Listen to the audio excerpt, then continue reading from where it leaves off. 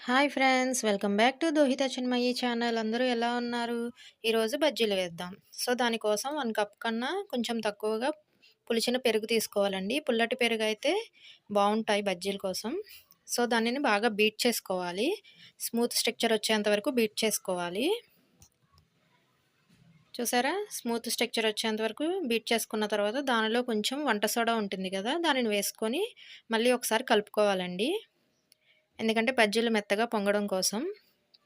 దానిలో 1 కప్పు మైదా వేసుకొని బాగా కలుపుకోవాలి. మనం ఎంత మంచిగా కలుపుకుంటే పిండి బజ్జీలు అంత మంచిగా వస్తాయండి. అలా కలిపిన తర్వాత హాట్ వాటర్ వేసుకొని కలుపుకోవాలండి. కూల్ వాటర్ వేయకూడదు. హాట్ వాటర్ వేసుకొని బాగా మిక్స్ చేసుకోవాలి. దానిలో పచ్చిమిర్చి పీసెస్ కింద చేసుకోవాలండి. కరివేపాకు, కొత్తిమీర వేసుకొని కలుపుకోవాలి ఒకసారి. కొంచెం జీలకర్ర డైజెషన్ కోసం, అలాగే టేస్ట్ కూడా బాగుంటుంది. అన్నీ వేసుకొని ఒకసారి మిక్స్ చేసుకోవాలండి.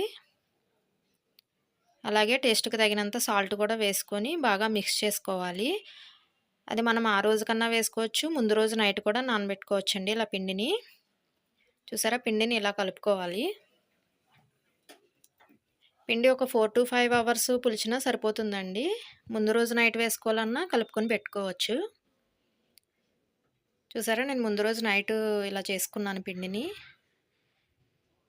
ఇంకా బజ్జీలు వేసేద్దామండి. పిండిని ఏమాత్రం కదపకూడదండి. ఇలా సైడ్‌గా తీసుకొని మనం వేసుకోవాలి. పిండిని కదిపితే అంత మంచిగా రావండి. ఒక సైడ్ అంతా తీసుకొని ఇలా బజ్జీల కింద వేసుకోవాలండి. 1 బై 1 వేసుకోవాలి. వేసుకున్న కాసేపటికి టర్న్ చేసుకొని ఫ్రై చేసుకోవాలి మంచిగా కలర్ వచ్చేంత వరకు. అంతేనండి, ఎంతో ఈజీగా రెడీ అయిపోయాయి. Please like, share, subscribe.